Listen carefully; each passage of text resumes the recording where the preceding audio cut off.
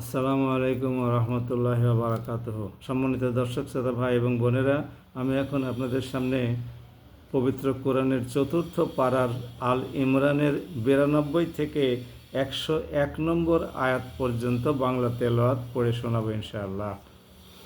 আউযু বিল্লাহি মিনাশ শাইতানির রাজিম। বিসমিল্লাহির রহমানির রহিম। তোমরা কখনো যথার্থ নেকি অর্জন করতে পারবে না যতক্ষণ না তোমরা এমন কিছু থেকে আল্লাহর পথে ব্যয় করবে যা তোমরা ভালোবাসো। মূলত তোমরা যা কিছুই ব্যয় করো আল্লাহ তাআলা অবশ্যই তা জানেন।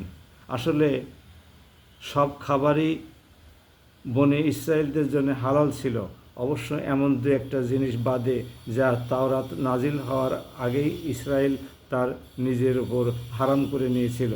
তুমি বলো, যাও তোমরা তাওরাত নিয়ে এসো এবং তা পড়ো যদি তোমরা সত্যবাদী হও। এরপর যারা এ বিষয় নিয়ে আল্লাহ তাআলার উপর মিথ্যা আরোপ করে তারাই হচ্ছে জালিম।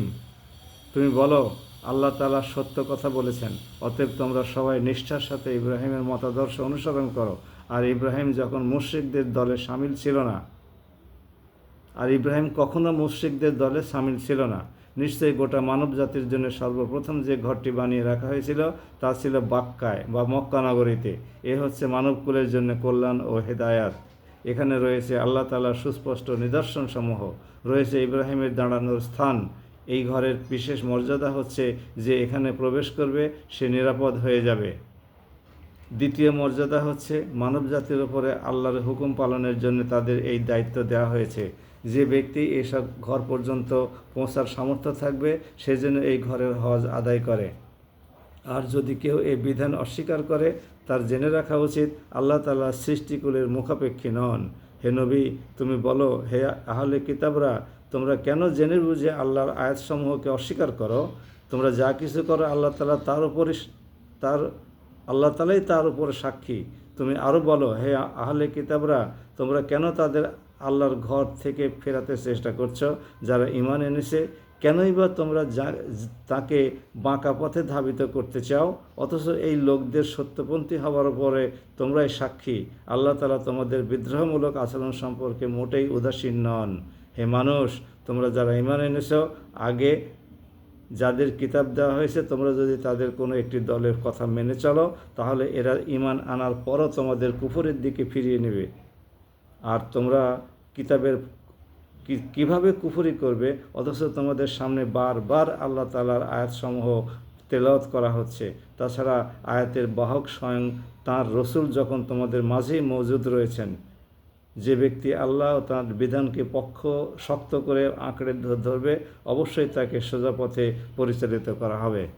সাদাকাল্লাহুল আলিউল আজিম। সম্মানিত ভাই এবং বোনেরা, খুবই স্পষ্ট করে আল্লাহ রাব্বুল আলামিন বলেছেন, অনেক কথা বলেছেন এখানে। আমরা ততক্ষণ পর্যন্ত নেকি আদায় করতে পারবো না, পুণ্য অর্জন করতে পারবো না, সব কামাই করতে পারবো না যতক্ষণ পর্যন্ত না আমরা আল্লাহর সন্তুষ্টির জন্য তার পথে ব্যয় করব, যা আমাদের কাছে খুবই পছন্দনীয়। টাকা পয়সা, ধন সম্পদ আমাদের কাছে অত্যন্ত প্রিয়। আমরা এগুলো ব্যয় করার সময় অনেক বাহানা খুঁজি এবং অনেক রকমের ওজর আপত্তি উত্থাপন করি। আমরা ঋণগ্রস্ত, প্রতিষ্ঠানের লাভ কমে গেছে, ভালো মতো প্রতিষ্ঠান চালানো যাচ্ছে না, অথচ কোটি কোটি টাকা ব্যাংকে ব্যালেন্স রয়ে গেছে, অথচ একটার পর একটা প্রতিষ্ঠান আমরা বাড়িয়েই চলেছি। আর যখনই আল্লাহর পথে ব্যয় করার, জাকাত দেওয়ার বিধান আসে, দান সাদকা খয়রাত করার প্রয়োজন বোধ হয়, তখন আমরা নিজেদের দারিদ্র, কোম্পানি, ব্যবসার লোকসান, এই সমস্তগুলোকে সামনে হাজির করি। আমরা এগুলো থেকে বিরত থাকি। আসুন আর আল্লাহর কিতাবকে অনুসরণ করি। রাসূলুল্লাহ সাল্লাল্লাহু আলাইহি ওয়াসাল্লামকে বারবার আল্লাহ রাব্বুল আলামিন নির্দেশ দিচ্ছেন যে যেন আমরা বাঁকা পথে পরিচালিত না হই, সেই জন্য তার উম্মতদেরকে পরামর্শ দেওয়া। আর হজের ব্যাপারে বলা হয়েছে, ইব্রাহিম আলাইহিস সালাম যে ঘরটা নির্মাণ করেছিলেন সেটি মক্কায় অবস্থিত। যাদের সামর্থ্য আছে তারা যেন হজ করে।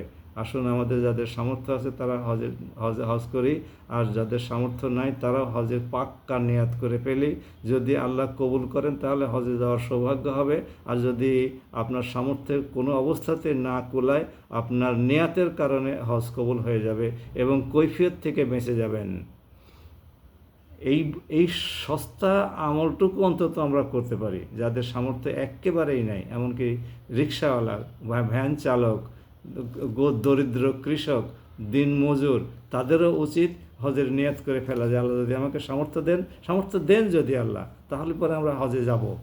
এই নিয়াত করে ফেলেন। যদি আপনার সামর্থ্যে না শেষ পর্যন্ত কুলায়, আপনি ধরে নেবেন যে আল্লাহ রাব্বুল আলামিন আপনাকে আল্লাহর ঘর পর্যন্ত পৌঁছানোর তৌফিক দেন নাই, কিন্তু আল্লাহ এই নিয়াতের কারণে আপনাকে ক্ষমা করে দিতেও পারেন।